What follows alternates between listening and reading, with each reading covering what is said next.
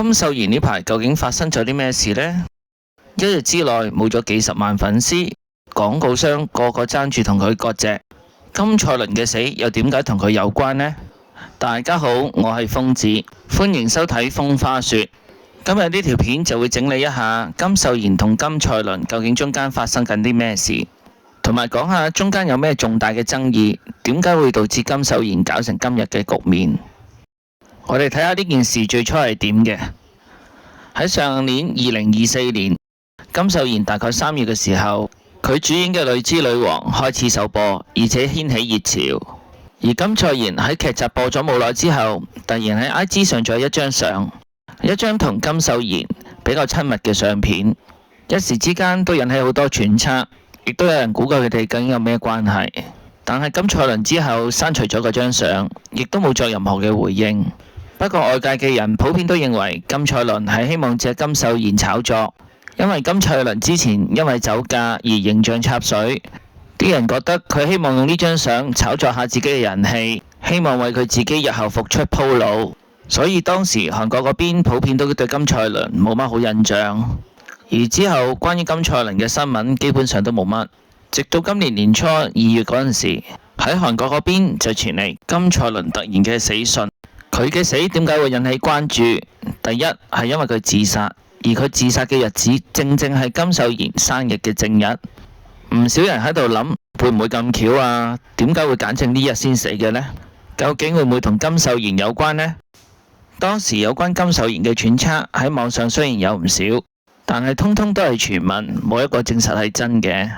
喺金蔡倫喪禮嘅當日，佢嘅父親向媒體指控YouTuber 李珍浩先至係害死佢女兒其中一個嘅兇手，因為李珍浩多次透過影片發布金蔡倫喺2022年5月酒駕事件後嘅消息。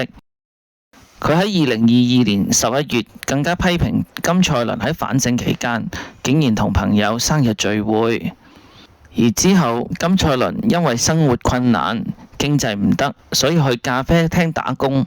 而李珍浩竟然上傳影片批評金蔡浩係喺度做 show， 大家都估計喺李珍浩咁樣追擊之下，金蔡倫好有可能一時睇唔開而自殺，所以當時嘅矛頭大多都指向呢個 YouTuber。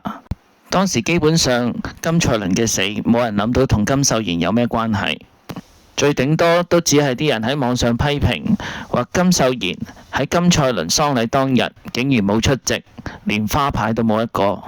因為話晒都喺同公司工作過，尤其是神隱多年嘅元彬都出席金蔡倫嘅喪禮，而元彬喺10幾年前都同金蔡倫合作過電影，所以元彬同金秀賢嘅行為形成強烈嘅對比。去到呢個位，大家都諗住呢件事就此完結。點不知3月10日，橫豎研究所嘅一條影片就令金秀賢陷入巨大嘅麻煩。喺呢條影片入邊就大爆金秀賢同金蔡倫原來曾經秘密拍拖6年，而當時金蔡倫都只係15歲，仲要係未成年。另外條片又提到，因為金秀賢曾經出7億韓元幫金蔡倫還債，所以喺佢哋分手之後要求女方還錢。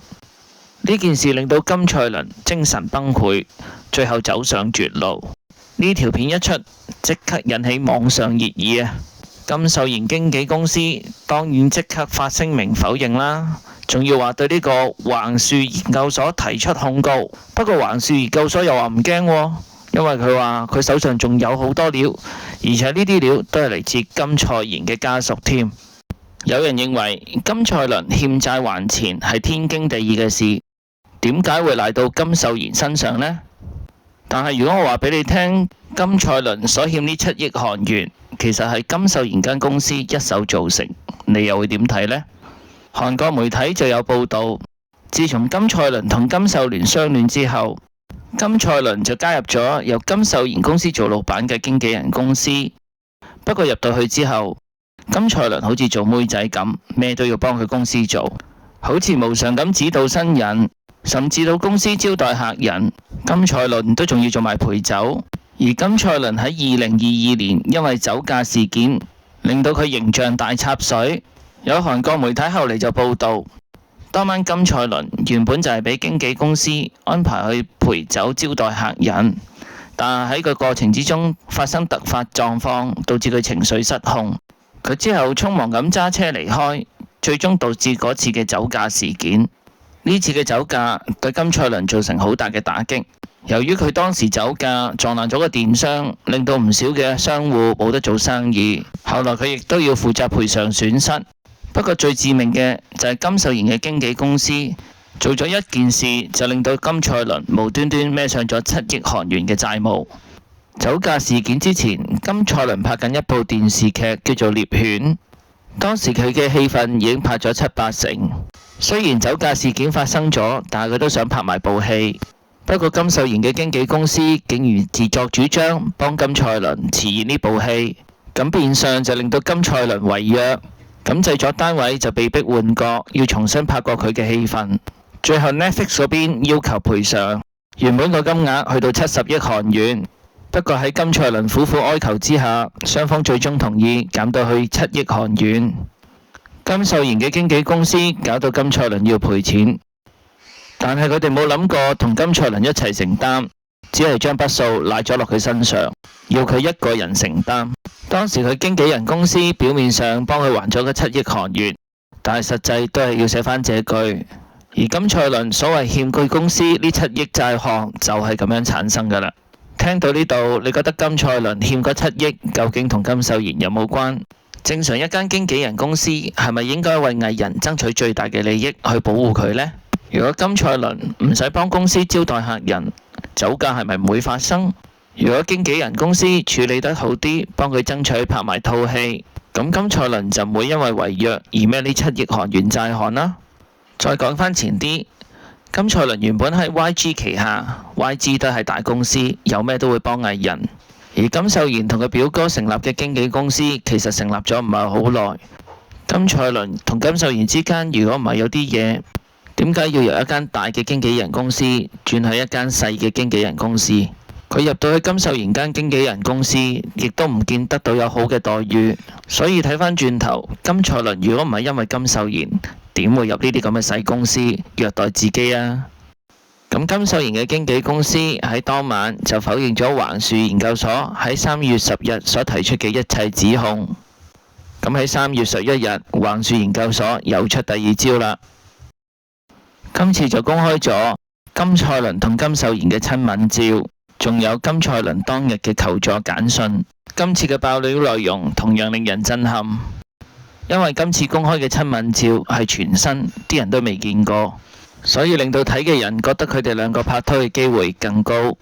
另外，金賽綸嘅求助短信係直接發俾金秀賢嘅，佢嘅內容寫住：歐巴，我係賽綸，我收到傳證信函，話要告我，因為講過會俾我足夠嘅時間，所以而家我好認真咁準備復出拍戲，每部作品我都會有幾個%咁儲起啲錢，我唔會唔還嘅。如果馬上要我還7億嘅話，我真係做唔到。唔係我唔想還，係我真係做唔到。你一定要起訴我，歐巴，救救我啦！拜託你俾多少少時間我。呢個簡訊係金賽綸發俾金秀賢，可惜金秀賢一直都冇回覆，亦都封鎖咗佢。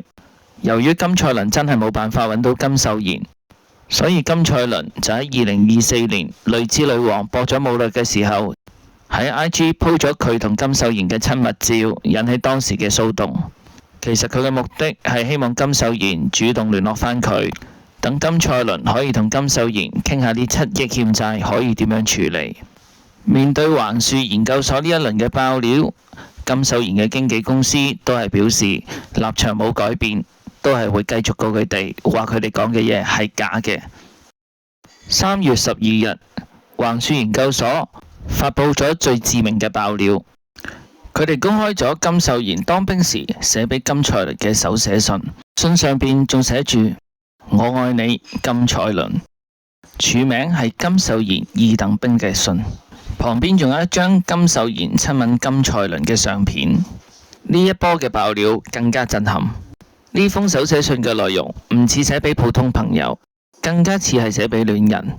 好多人睇見呢封信之後，真係開始相信佢哋真係偷偷拍拖。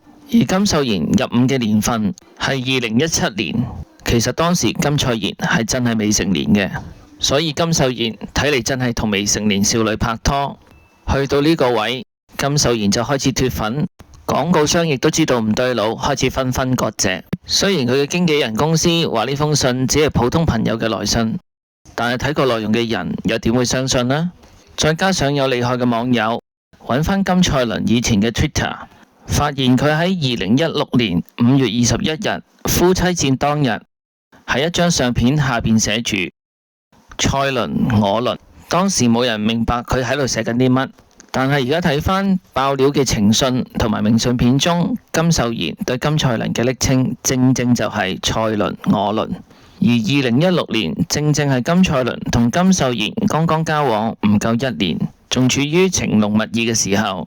當時只有16歲嘅金賽綸特別揀咗夫妻節呢一日，以兩人嘅暗號喺 Twitter 度偷偷放閃，佢嘅行為就足以證明佢哋兩個人喺度拍拖啦。最終去到3月14日，金秀賢終於透過經紀人公司承認自己有同金賽綸拍拖。不過金秀賢只係承認自己同金賽綸拍過1年拖，表明佢自己等到金賽綸成年先開始拍拖，同時又避開佢之後同另一個韓國女星拍拖，俾人話佢一腳踏兩船。可惜佢呢個聲明出咗唔夠2個鐘，網友已經揾到破綻，證明佢想講嘅拍拖時間又再講大話。啲網友話20年秋天分手，但係2020年冬天都仲可以食金賽綸啊！總而言之，金秀賢嘅公司每一次回覆只有更多漏洞，俾人發現更多謊言。就好似追金賽綸還7億債項嗰件事，佢哋聲稱冇刻意追返金賽綸還錢，寄俾佢嗰張傳證信函都只係走流程。如果好似佢哋講到咁冇所謂，點解佢哋要請3個律師去追呢筆錢？而佢用到嘅律師仲要係總統級別？點解咁講？因為佢用嘅律師事務所正正係而家處理緊尹錫悅總統彈劾案嘅律師團隊。咁你幻想一下，金賽綸只係一個24歲嘅女生，面對到咁嘅律師團隊追咁多嘅錢，你話佢點會唔驚？而佢只係想揾翻前度金秀賢問翻清楚，但係一直都未能成功。眼見還錢嘅日期越嚟越近，而自己亦都冇乜能力，你話佢有咩可能唔會諗歪咗呢？睇嚟大家聽到呢度，真相喺內心都慢慢浮現，之後發生嘅事都唔會影響呢件事嘅走向。希望我呢條片幫大家了解到金賽綸同金秀賢之間究竟發生緊咩事。你鍾意我呢條片，俾個 like 我，或者訂閱我嘅頻道，下次出新片立即會通知你睇。拜拜。